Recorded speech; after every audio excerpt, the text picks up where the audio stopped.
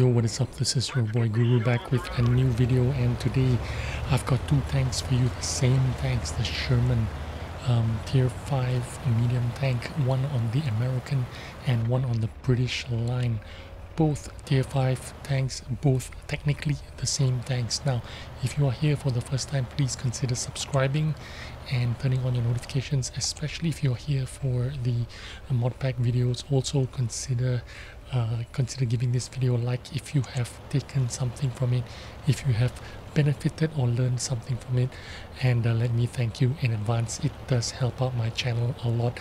Now we are in Prokhorovka North in the Sherman tier 5 American medium tank. Now, why are we in the middle? Well, number one, if you look at the lineup, there is no artillery. When there's no artillery and you are in a medium tank, this is where you should be. Also, the other reason why I am here, the only difference, like I said, there was hardly any difference between the American and the British Sherman tanks, but there is a little bit of difference here. 2 degrees of depression. That's right. The American Sherman has 12 degrees of gun depression, while the British Sherman has 10 degrees of gun depression, and that's going to make the difference here between these two tanks.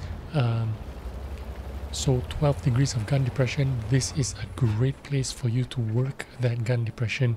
You can hull down basically and just show the very slither top of your turret to your enemies. Very little, you show very little to your enemies while you are on a ridge. So that's exactly what you need to do when you are in the American Sherman. Play hull down, try to find a ridge, find places where you can use your 12 degrees of gun depression. Now you notice that I am playing not a quick loading gun. In fact, I'm playing a very slow loading gun.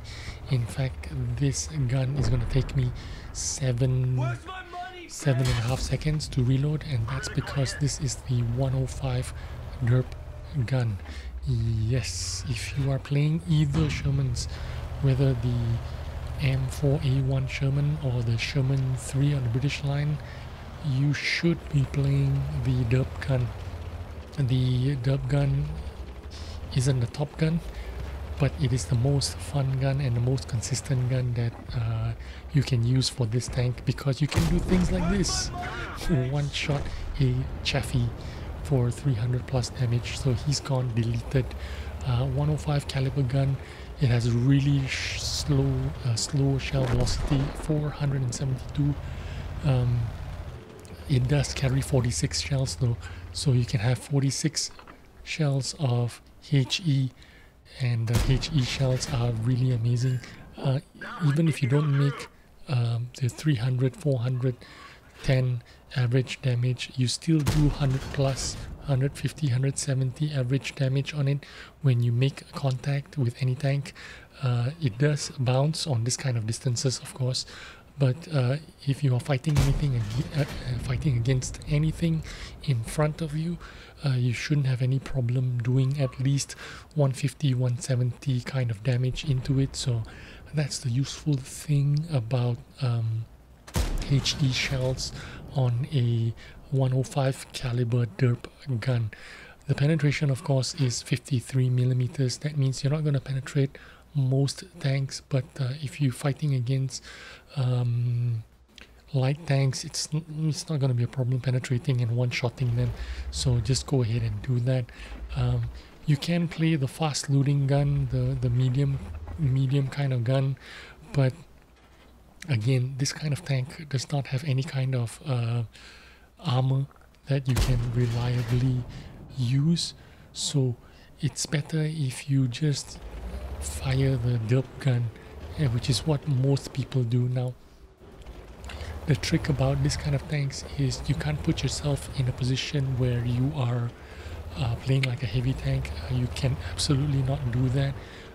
The only reason why I'm in the middle of this map right now is because there is absolutely no artillery on this matchup, which is why I'm here. If I was to play in any kind of matchup, now you saw me there loading heat shells there actually to fire this Matilda, and you see me not pen. So that is the reason why you don't often use any kind of heat shells. Just stick to the HE shells, standard shells, which are HE shells, and just fire those at the Matilda or whatever heavy tanks. At least you will do 170 damage or something like that.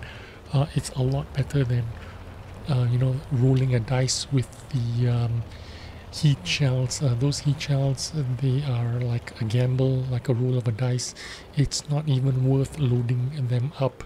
Just use your HE shells and use your 12 degrees of gun depression. Now, I still have a lot of HP left, but if you look closer on the enemy team, there is a couple of dangerous tanks there, especially that unspotted T-49, which you need to be careful about, in all honesty, because they can do a lot of damage on you and they can reload quickly.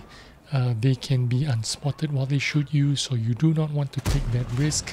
But right now I'm doing 140, 150 damage even with my HE shells when I am not penetrating, so that's exactly what I'm going to do.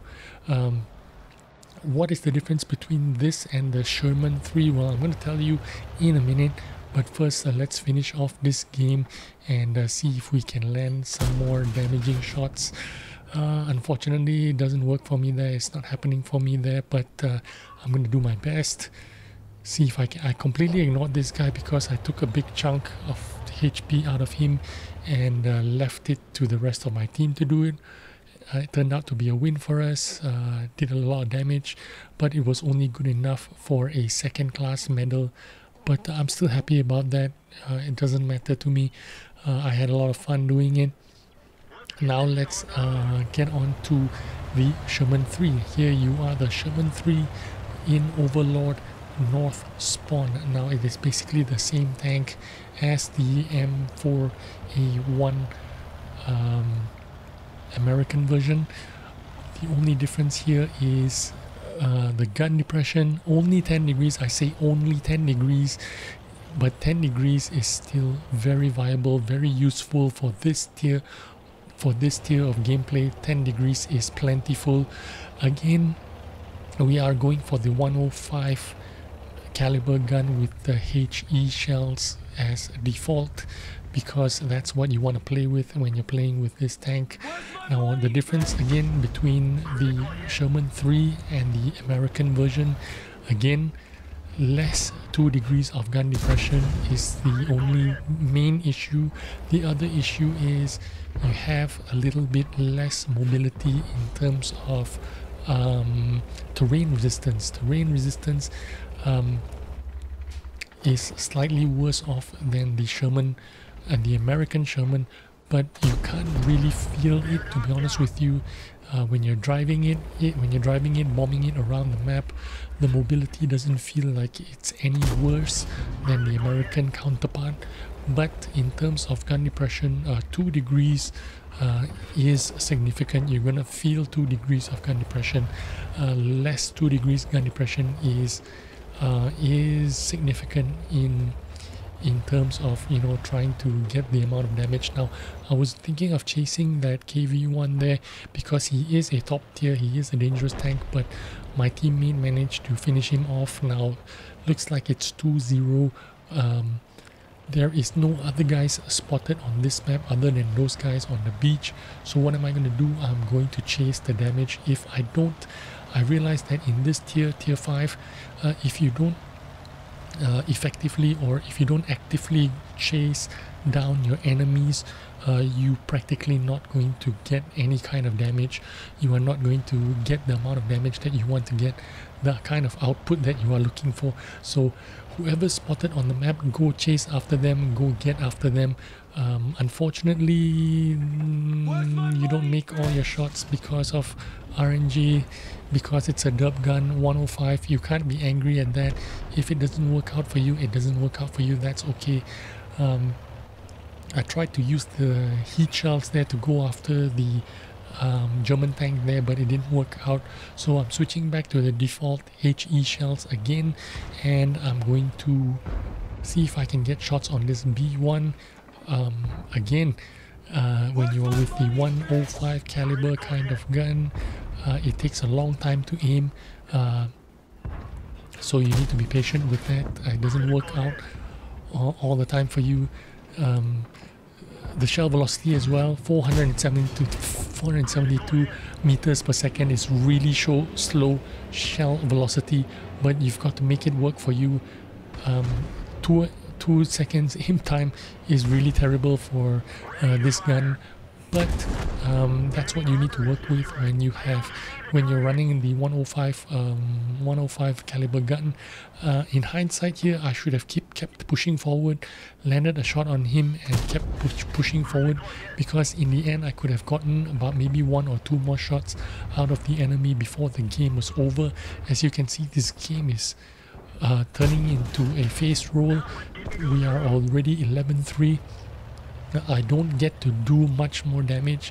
I shouldn't have stopped there. I should have just continued driving forward after I've shot him, and in hindsight I would have landed maybe 1 or 2 more shots on this 2-3 remaining tanks, but I do get a chance here to one-shot this Lux, which I do, and he's finished 340 damage there. Great damage for me. But if I had pushed into that B1 a little bit sooner, I would have had maybe 1 shot on this last guy here. As you can see, me going up this hill, I'm really slow. That's because this the Shermans only have 48 kilometers an hour forward speed, and if you're going up the hill and with the effective terrain mobility, it's really slow going up hills and in soft terrain. So that didn't work out for me. If I had pushed forward, maybe I would have got a little bit more damage, but I got a second class there, so I can't be too mad at it. 1400 damage, and didn't lose any kind of credits because I'm using the standard HE shells.